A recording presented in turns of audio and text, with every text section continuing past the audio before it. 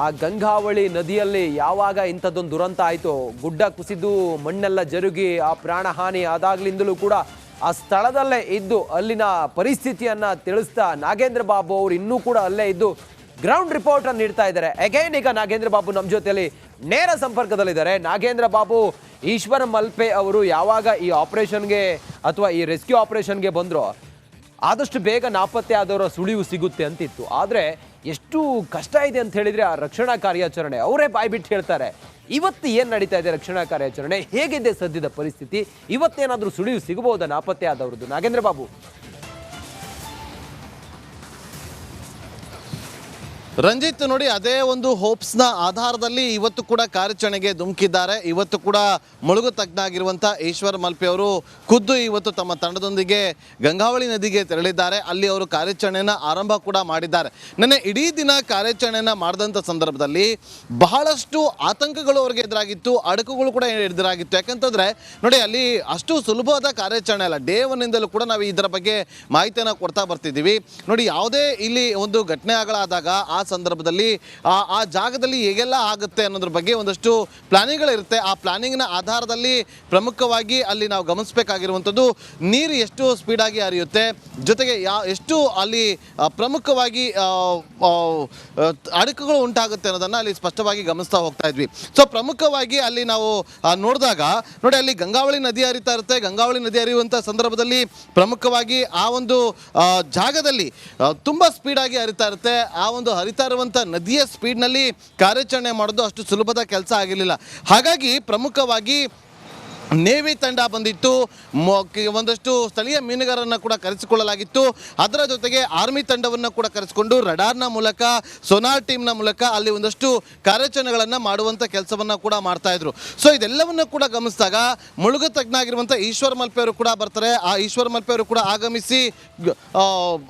ಆಗಮಿಸಿ ಪ್ರಮುಖವಾಗಿ ಒಂದಷ್ಟು ಪ್ಲಾನಿಂಗನ್ನು ಮಾಡ್ತಾ ಹೋಗ್ತಾರೆ. ಸೊ ಆ ಪ್ಲಾನಿಂಗನ್ನು ಮಾಡ್ತಾ ಹೋದಂಥ ಸಂದರ್ಭದಲ್ಲಿ ಪ್ರಮುಖವಾಗಿ ಆ ಒಂದು ಸ್ಥಳೀಯ ಮೀನುಗಾರರು ಬಳಕೆ ಮಾಡುವಂಥ ದೋಣಿಗಳನ್ನು ತರಿಸ್ಕೊಂಡು ಅದರ ಮೂಲಕ ಸುಮಾರು 4 ಆ್ಯಂಕರ್ಗಳನ್ನು ಅಂದರೆ ನದಿಯ ಒಳಗಡೆ ಬಿಟ್ಟು ಅಲ್ಲಿ ಅದನ್ನು ಲಾಕ್ ಮಾಡೋ ಮೂಲಕ ಹಗ್ಗದ ಸಹಾಯದಿಂದ ಒಳಗೆ ಹೋಗುವಂಥ ಕೆಲಸವನ್ನು ಮಾಡಿದ್ರು. ನೋಡಿ, ನಿನ್ನೆ ಆದಂಥ ಅವರಿಗೆ ಅನುಭವ ಇದೆಯಲ್ಲ, ಅವರ ಕಳೆದ 20 ವರ್ಷದಲ್ಲಿ ಆ ಥರದ ಅನುಭವ ಯಾವತ್ತೂ ಕೂಡ ಆಗಿರಲಿಲ್ಲ ಅನ್ನೋ ಮಾಹಿತಿ ಕೂಡ ಇತ್ತು.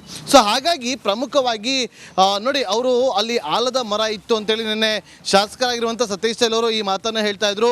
ಜೊತೆಗೆ ತುಂಬ ಅಡಕು ಉಂಟಾಗ್ತಾ ಇದೆ ಅಂತೇಳಿ ಅವರು 4-5 ಬಾರಿ ಒಳಗಡೆ ಹೋದಾಗ ಅವರಿಗೆ ಸಾಕಷ್ಟು ಅಡ್ಡಿ ಉಂಟಾಗಿತ್ತು. ಅಂತಂದರೆ ಆಲದ ಮರ ಪತ್ತೆ ಆಗಿತ್ತು, ಜೊತೆಗೆ ದೊಡ್ಡ ದೊಡ್ಡ ಬಂಡೆಗಳು ಅಲ್ಲಿ ಕಾಣೋದಕ್ಕೆ ಸಿಕ್ಕಿತ್ತು.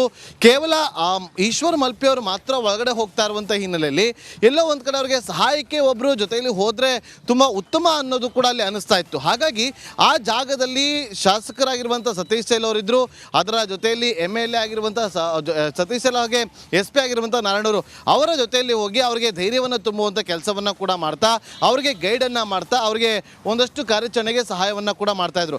ಆದರೆ ನೋಡಿ, ನಿನ್ನೆ ಅವರು ಗಂಗಾವಳಿ ನದಿಯ ಒಳಗಡೆ ಹೋದಂಥ ಸಂದರ್ಭದಲ್ಲಿ ಅವರಿಗೆ ಒಂದು ಕೆಟ್ಟ ಅನುಭವ ಕೂಡ ಆಗಿತ್ತು. ಅಂದರೆ ಪ್ರಮುಖವಾಗಿ ಅವರು ಒಂದು ಬಟನ್ನ ಇಟ್ಕೊಂಡಿರ್ತಾರೆ. ಬಟನ್ ಪ್ರೆಸ್ ಮಾಡಿದಾಗ ಅವರು ಹಾಕಿದಂಥ ಲೈಫ್ ಜಾಕೆಟ್ ಏನಿತ್ತು, ಆಕ್ಸಿಜನ್ನ ಬ್ಯಾಗ್ ಏನಿತ್ತು, ಅದರಲ್ಲಿ ಏರ್ ಫಿಲ್ ಆಗಿ ಆಟೋಮೆಟಿಕ್ ಆಗಿ ಅವರು ಮೇಲ್ಗಡೆ ಬರುವಂಥ ಕೆಲಸ ಆಗುತ್ತೆ. ಆದರೆ ನಿನ್ನೆ ಆ ಬಟನ್ ಕೂಡ ವರ್ಕ್ ಆಗಿಲ್ಲ. ಇದರ ಒಂದು ಆಧಾರದಲ್ಲಿ ಅವರು ಮೇಲಕ್ಕೆ ಬಂದಿದೆ ದೊಡ್ಡ ಒಂದು ವಿಚಾರ ಕೂಡ. ಯಾಕೆಂದರೆ ನೇವಿ ತಂಡ ಅವರಿಗೆ ಸಹಾಯವನ್ನು ಮಾಡಿ ಮೇಲಕ್ಕೆ ಕರೆತರುವಂಥ ಕೆಲಸವೂ ಕೂಡ ಆಗಿದೆ ಅನ್ನುವ ಮಾಹಿತಿ ಕೂಡ ಲಭ್ಯವಾಗ್ತಾ ಇದೆ. ನಿನ್ನೆ ಇಡೀ ದಿನ ಕಾರ್ಯಾಚರಣೆ ಮಾಡಿದಾಗ ಅವರಿಗೆ ಸಾಕಷ್ಟು ಈ ರೀತಿಯಾದಂಥ ಕೆಟ್ಟ ಅನುಭವ ಕೂಡ ಆಗಿದೆ. ಹಾಗಾಗಿ ಇವತ್ತು ಅವರೇನು ಕಾರ್ಯಾಚರಣೆಗೆ ಹೋಗ್ತಿದ್ದಾರೆ, ಅವರು ಒಂದು ಮಾಹಿತಿಯನ್ನು ರಿಪಬ್ಲಿಕ್ ಕನ್ನಡಕ್ಕೆ ತಿಳಿಸಿದ್ದಾರೆ. 20 ವರ್ಷದ ತನ್ನ ಅನುಭವದ ಆಧಾರದಲ್ಲಿ ಇವತ್ತು ಮೊಟ್ಟ ಮೊದಲ ಬಾರಿಗೆ ಒಪ್ಪಿಗೆ ಪತ್ರಕ್ಕೆ ಸಹಿ ಹಾಕಿ ನಾನು ಈ ಕಾರ್ಯಾಚರಣೆಗೆ ಹೋಗ್ತಾ ಇದ್ದೀನಿ ಅಂತೇಳಿ. ಹಾಗಾಗಿ ಇವತ್ತು ಕಾರ್ಯಾಚರಣೆಗೆ ಹೋಗಿದ್ದಾರೆ, ಒಪ್ಪಿಗೆ ಪತ್ರಕ್ಕೆ ಸಹಿಯನ್ನು ಕೂಡ ಹಾಕಿದ್ದಾರೆ. ನೋಡಬೇಕು ಇವತ್ತಾದರೂ ಆ ಒಂದು ಟ್ರಕ್ಕನ್ನು ಮೇಲಕ್ಕೆ ಎತ್ತುವ ಕೆಲಸ ಆಗುತ್ತಾ. ಅದರ ಜೊತೆಗೆ ನಮ್ಮವರಾಗಿರುವಂಥ ಜಗನ್ನಾಥ್ ನಾಯಕ್ ಹಾಗೆ ಲೋಕೇಶ್, ಅದೇ ರೀತಿಯಾಗಿ ಕೇರಳದ ಸಹೋದರ ಆಗಿರುವಂಥ ಅರ್ಜುನ್ ಅವರಿಗೋಸ್ಕರ ಕೂಡ ಹುಡುಕಾಟವನ್ನು ಈಗ ಮುಂದುವರಿಸಲಾಗಿದೆ. ಇವತ್ತು ಅದೇ ಒಂದು ಕಾರ್ಯಾಚರಣೆಯನ್ನು ಕೂಡ ಮುಂದುವರಿಸಲಾಗುತ್ತೆ. Ranjith. Okay Nagendra Babu, thank you ನಿಮ್ಮೆಲ್ಲ ಮಾಹಿತಿಗಾಗಿ. ಆ ಗಂಗಾವಳಿ ನದಿಯಲ್ಲಿ ಯಾವಾಗ ಇಂಥದ್ದೊಂದು ದುರಂತ ಆಯಿತು, ಗುಡ್ಡ ಕುಸಿದು ಮಣ್ಣೆಲ್ಲ ಜರುಗಿ ಆ ಪ್ರಾಣಹಾನಿ ಆದಾಗ್ಲಿಂದಲೂ ಕೂಡ ಆ ಸ್ಥಳದಲ್ಲೇ ಇದ್ದು ಅಲ್ಲಿನ ಪರಿಸ್ಥಿತಿಯನ್ನ ತಿಳಿಸ್ತಾ ನಾಗೇಂದ್ರ ಬಾಬು ಅವರು ಇನ್ನೂ ಕೂಡ ಅಲ್ಲೇ ಇದ್ದು ಗ್ರೌಂಡ್ ರಿಪೋರ್ಟ್ ಅನ್ನು ನೀಡ್ತಾ ಇದ್ದಾರೆ. ಅಗೈನ್ ಈಗ ನಾಗೇಂದ್ರ ಬಾಬು ನಮ್ಮ ಜೊತೆಯಲ್ಲಿ ನೇರ ಸಂಪರ್ಕದಲ್ಲಿದ್ದಾರೆ. ನಾಗೇಂದ್ರ ಬಾಬು, ಈಶ್ವರ ಮಲ್ಪೆ ಅವರು ಯಾವಾಗ ಈ ಆಪರೇಷನ್ಗೆ ಅಥವಾ ಈ ರೆಸ್ಕ್ಯೂ ಆಪರೇಷನ್ಗೆ ಬಂದ್ರು ಆದಷ್ಟು ಬೇಗ ನಾಪತ್ತೆ ಆದವರ ಸುಳಿವು ಸಿಗುತ್ತೆ ಅಂತಿತ್ತು. ಆದರೆ ಎಷ್ಟು ಕಷ್ಟ ಇದೆ ಅಂತ ಹೇಳಿದ್ರೆ ಆ ರಕ್ಷಣಾ ಕಾರ್ಯಾಚರಣೆ, ಅವರೇ ಬಾಯ್ಬಿಟ್ಟು ಹೇಳ್ತಾರೆ. ಇವತ್ತು ಏನು ನಡೀತಾ ಇದೆ ರಕ್ಷಣಾ ಕಾರ್ಯಾಚರಣೆ, ಹೇಗಿದೆ ಸದ್ಯದ ಪರಿಸ್ಥಿತಿ, ಇವತ್ತೇನಾದರೂ ಸುಳಿವು ಸಿಗಬಹುದಾ ನಾಪತ್ತೆ ಆದವ್ರದ್ದು? ನಾಗೇಂದ್ರ ಬಾಬು. ರಂಜಿತ್, ನೋಡಿ, ಅದೇ ಒಂದು ಹೋಪ್ಸ್ನ ಆಧಾರದಲ್ಲಿ ಇವತ್ತು ಕೂಡ ಕಾರ್ಯಾಚರಣೆಗೆ ಧುಮುಕಿದ್ದಾರೆ. ಇವತ್ತು ಕೂಡ ಮುಳುಗು ತಜ್ಞಾಗಿರುವಂಥ ಈಶ್ವರ್ ಮಲ್ಪೆ ಅವರು ಖುದ್ದು ಇವತ್ತು ತಮ್ಮ ತಂಡದೊಂದಿಗೆ ಗಂಗಾವಳಿ ನದಿಗೆ ತೆರಳಿದ್ದಾರೆ. ಅಲ್ಲಿ ಅವರು ಕಾರ್ಯಾಚರಣೆಯನ್ನು ಆರಂಭ ಕೂಡ ಮಾಡಿದ್ದಾರೆ. ನೆನ್ನೆ ಇಡೀ ದಿನ ಕಾರ್ಯಾಚರಣೆಯನ್ನು ಮಾಡಿದಂಥ ಸಂದರ್ಭದಲ್ಲಿ ಬಹಳಷ್ಟು ಆತಂಕಗಳು ಅವರಿಗೆ ಎದುರಾಗಿತ್ತು, ಅಡಕುಗಳು ಕೂಡ ಎದುರಾಗಿತ್ತು. ಯಾಕಂತಂದರೆ ನೋಡಿ, ಅಲ್ಲಿ ಅಷ್ಟು ಸುಲಭವಾದ ಕಾರ್ಯಾಚರಣೆ ಅಲ್ಲ. ಡೇ ಒನ್ನಿಂದಲೂ ಕೂಡ ನಾವು ಇದರ ಬಗ್ಗೆ ಮಾಹಿತಿಯನ್ನು ಕೊಡ್ತಾ ಬರ್ತಿದ್ದೀವಿ. ನೋಡಿ, ಯಾವುದೇ ಇಲ್ಲಿ ಒಂದು ಘಟನೆಗಳಾದಾಗ ಆ ಸಂದರ್ಭದಲ್ಲಿ ಆ ಜಾಗದಲ್ಲಿ ಹೇಗೆಲ್ಲ ಆಗುತ್ತೆ ಅನ್ನೋದ್ರ ಬಗ್ಗೆ ಒಂದಷ್ಟು ಪ್ಲಾನಿಂಗ್ಗಳಿರುತ್ತೆ. ಆ ಪ್ಲಾನಿಂಗ್ನ ಆಧಾರದಲ್ಲಿ ಪ್ರಮುಖವಾಗಿ ಅಲ್ಲಿ ನಾವು ಗಮನಿಸಬೇಕಾಗಿರುವಂಥದ್ದು ನೀರು ಎಷ್ಟು ಸ್ಪೀಡಾಗಿ ಹರಿಯುತ್ತೆ, ಜೊತೆಗೆ ಎಷ್ಟು ಅಲ್ಲಿ ಪ್ರಮುಖವಾಗಿ ಅಡಕುಗಳು ಉಂಟಾಗುತ್ತೆ ಅನ್ನೋದನ್ನು ಅಲ್ಲಿ ಸ್ಪಷ್ಟವಾಗಿ ಗಮನಿಸ್ತಾ ಹೋಗ್ತಾ ಇದ್ವಿ. ಸೊ ಪ್ರಮುಖವಾಗಿ ಅಲ್ಲಿ ನಾವು ನೋಡಿದಾಗ ನೋಡಿ, ಅಲ್ಲಿ ಗಂಗಾವಳಿ ನದಿ ಹರಿತಾ ಇರುತ್ತೆ. ಗಂಗಾವಳಿ ನದಿ ಹರಿಯುವಂಥ ಸಂದರ್ಭದಲ್ಲಿ ಪ್ರಮುಖವಾಗಿ ಆ ಒಂದು ಜಾಗದಲ್ಲಿ ತುಂಬ ಸ್ಪೀಡಾಗಿ ಹರಿತಾ ಇರುತ್ತೆ. ಆ ಒಂದು ಹರಿತಾ ಇರುವಂಥ ನದಿಯ ಸ್ಪೀಡ್ನಲ್ಲಿ ಕಾರ್ಯಾಚರಣೆ ಮಾಡೋದು ಅಷ್ಟು ಸುಲಭದ ಕೆಲಸ ಆಗಿರಲಿಲ್ಲ. ಹಾಗಾಗಿ ಪ್ರಮುಖವಾಗಿ ನೇವಿ ತಂಡ ಬಂದಿತ್ತು, ಒಂದಷ್ಟು ಸ್ಥಳೀಯ ಮೀನುಗಾರರನ್ನು ಕೂಡ ಕರೆಸಿಕೊಳ್ಳಲಾಗಿತ್ತು. ಅದರ ಜೊತೆಗೆ ಆರ್ಮಿ ತಂಡವನ್ನು ಕೂಡ ಕರೆಸಿಕೊಂಡು ರಡಾರ್ನ ಮೂಲಕ, ಸೋನಾರ್ ಟೀಮ್ನ ಮೂಲಕ ಅಲ್ಲಿ ಒಂದಷ್ಟು ಕಾರ್ಯಾಚರಣೆಗಳನ್ನು ಮಾಡುವಂಥ ಕೆಲಸವನ್ನು ಕೂಡ ಮಾಡ್ತಾಯಿದ್ರು. ಸೊ ಇದೆಲ್ಲವನ್ನು ಕೂಡ ಗಮನಿಸಿದಾಗ ಮುಳುಗು ತಜ್ಞ ಆಗಿರುವಂಥ ಈಶ್ವರ್ ಮಲ್ಪೆ ಅವರು ಕೂಡ ಬರ್ತಾರೆ. ಆ ಈಶ್ವರ್ ಮಲ್ಪೆ ಅವರು ಕೂಡ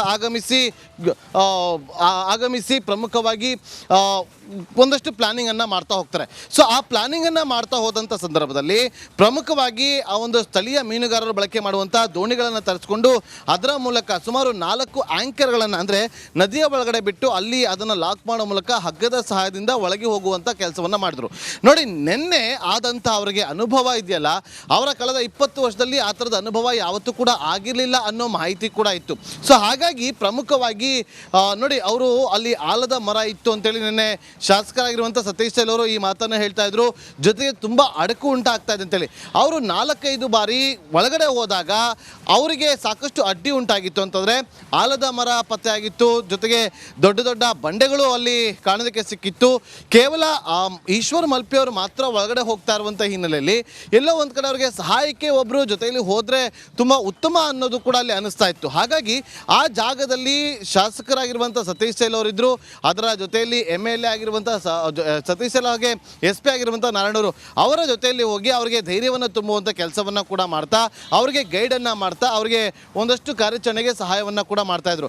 ಆದರೆ ನೋಡಿ, ನಿನ್ನೆ ಅವರು ಗಂಗಾವಳಿ ನದಿಯ ಒಳಗಡೆ ಹೋದಂಥ ಸಂದರ್ಭದಲ್ಲಿ ಅವ್ರಿಗೆ ಒಂದು ಕೆಟ್ಟ ಅನುಭವ ಕೂಡ ಆಗಿತ್ತು. ಅಂದರೆ ಪ್ರಮುಖವಾಗಿ ಅವರು ಒಂದು ಬಟನ್ನ ಇಟ್ಕೊಂಡಿರ್ತಾರೆ. ಬಟನ್ ಪ್ರೆಸ್ ಮಾಡಿದಾಗ ಅವರು ಹಾಕಿದಂಥ ಲೈಫ್ ಜಾಕೆಟ್ ಏನಿತ್ತು, ಆಕ್ಸಿಜನ್ನ ಬ್ಯಾಗ್ ಏನಿತ್ತು, ಅದರಲ್ಲಿ ಏರ್ ಫಿಲ್ ಆಗಿ ಆಟೋಮೆಟಿಕ್ ಆಗಿ ಅವರು ಮೇಲ್ಗಡೆ ಬರುವಂಥ ಕೆಲಸ ಆಗುತ್ತೆ. ಆದರೆ ನಿನ್ನೆ ಆ ಬಟನ್ ಕೂಡ ವರ್ಕ್ ಆಗಿಲ್ಲ. ಇದರ ಒಂದು ಆಧಾರದಲ್ಲಿ ಅವರು ಮೇಲಕ್ಕೆ ಬಂದಿದೆ ದೊಡ್ಡ ಒಂದು ವಿಚಾರ ಕೂಡ. ಯಾಕೆಂದರೆ ನೇವಿ ತಂಡ ಅವರಿಗೆ ಸಹಾಯವನ್ನು ಮಾಡಿ ಮೇಲಕ್ಕೆ ಕರೆತರುವಂಥ ಕೆಲಸವೂ ಕೂಡ ಆಗಿದೆ ಅನ್ನುವ ಮಾಹಿತಿ ಕೂಡ ಲಭ್ಯವಾಗ್ತಾ ಇದೆ. ನಿನ್ನೆ ಇಡೀ ದಿನ ಕಾರ್ಯಾಚರಣೆ ಮಾಡಿದಾಗ ಅವರಿಗೆ ಸಾಕಷ್ಟು ಈ ರೀತಿಯಾದಂಥ ಕೆಟ್ಟ ಅನುಭವ ಕೂಡ ಆಗಿದೆ. ಹಾಗಾಗಿ ಇವತ್ತು ಅವರೇನು ಕಾರ್ಯಾಚರಣೆಗೆ ಹೋಗ್ತಿದ್ದಾರೆ, ಅವರು ಒಂದು ಮಾಹಿತಿಯನ್ನು ರಿಪಬ್ಲಿಕ್ ಕನ್ನಡಕ್ಕೆ ತಿಳಿಸಿದ್ದಾರೆ. 20 ವರ್ಷದ ತನ್ನ ಅನುಭವದ ಆಧಾರದಲ್ಲಿ ಇವತ್ತು ಮೊಟ್ಟ ಮೊದಲ ಬಾರಿಗೆ ಒಪ್ಪಿಗೆ ಪತ್ರಕ್ಕೆ ಸಹಿ ಹಾಕಿ ನಾನು ಈ ಕಾರ್ಯಾಚರಣೆಗೆ ಹೋಗ್ತಾ ಇದ್ದೀನಿ ಅಂತೇಳಿ. ಹಾಗಾಗಿ ಇವತ್ತು ಕಾರ್ಯಾಚರಣೆಗೆ ಹೋಗಿದ್ದಾರೆ, ಒಪ್ಪಿಗೆ ಪತ್ರಕ್ಕೆ ಸಹಿಯನ್ನು ಕೂಡ ಹಾಕಿದ್ದಾರೆ. ನೋಡಬೇಕು ಇವತ್ತಾದರೂ ಆ ಒಂದು ಟ್ರಕ್ಕನ್ನು ಮೇಲಕ್ಕೆ ಎತ್ತುವ ಕೆಲಸ ಆಗುತ್ತಾ. ಅದರ ಜೊತೆಗೆ ನಮ್ಮವರಾಗಿರುವಂಥ ಜಗನ್ನಾಥ್ ನಾಯಕ್ ಹಾಗೆ ಲೋಕೇಶ್, ಅದೇ ರೀತಿಯಾಗಿ ಕೇರಳದ ಸಹೋದರ ಆಗಿರುವಂಥ ಅರ್ಜುನ್ ಅವರಿಗೋಸ್ಕರ ಕೂಡ ಹುಡುಕಾಟವನ್ನು ಈಗ ಮುಂದುವರಿಸಲಾಗಿದೆ. ಇವತ್ತು ಅದೇ ಒಂದು ಕಾರ್ಯಾಚರಣೆಯನ್ನು ಕೂಡ ಮುಂದುವರಿಸಲಾಗುತ್ತೆ. Ranjith. Okay Nagendra Babu, thank you ನಿಮ್ಮೆಲ್ಲ ಮಾಹಿತಿಗಾಗಿ.